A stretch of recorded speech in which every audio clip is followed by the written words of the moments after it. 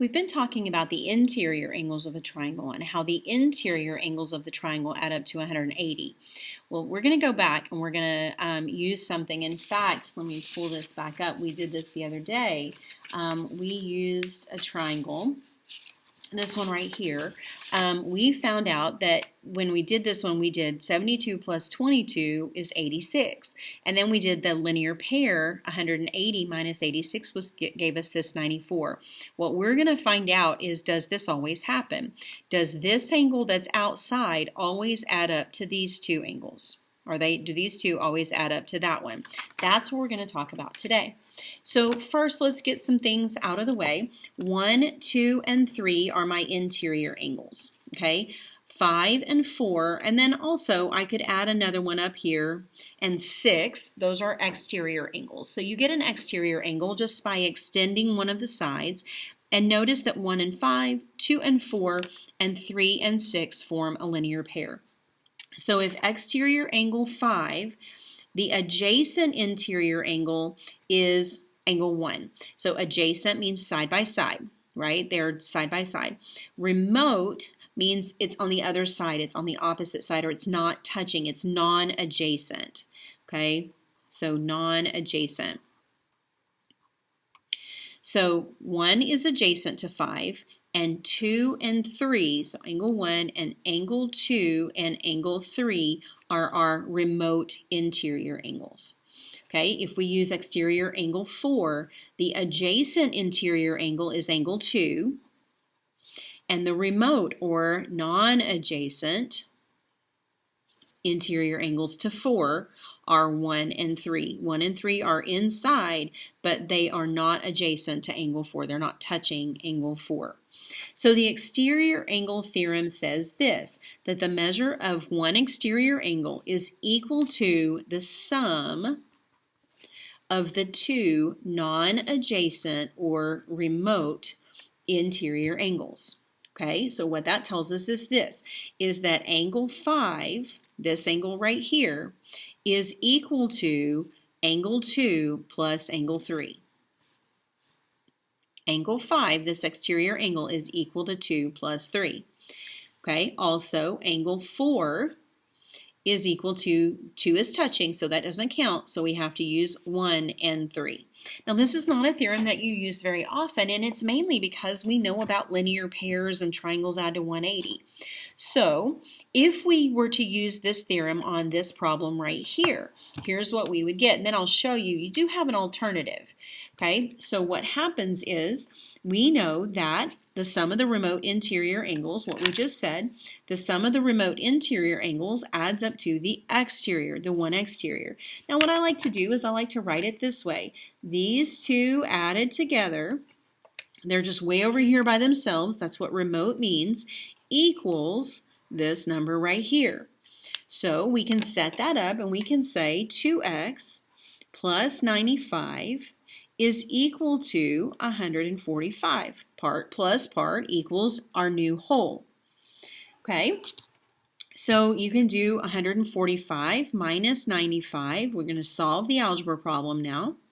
And you get 2x is equal to 50, or x is equal to 25.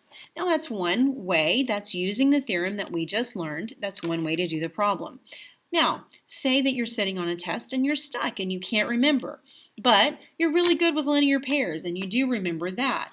Well, we've got this linear pair right here. So if that's 145, that means this is 35.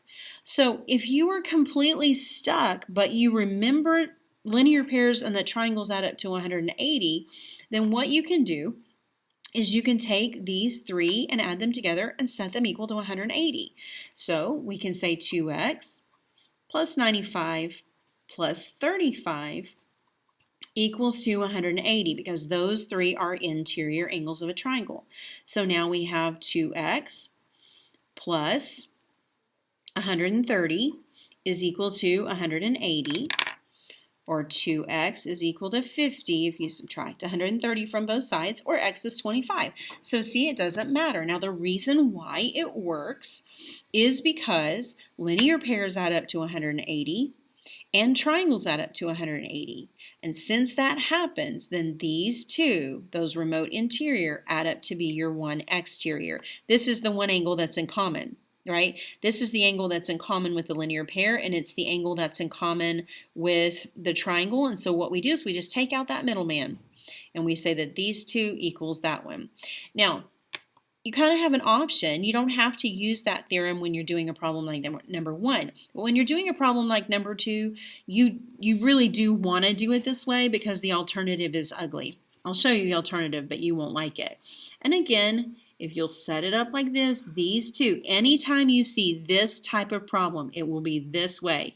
Those two added together equals this piece that's on the outside. That's only when you have an outside piece and two inside pieces.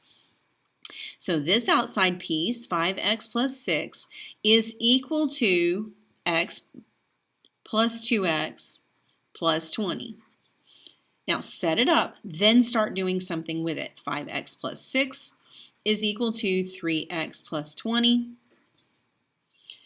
Now start doing your algebra, right? We're going to subtract 3x from both sides and get 2x plus 6 is equal to 20. We're going to subtract 6 from both sides.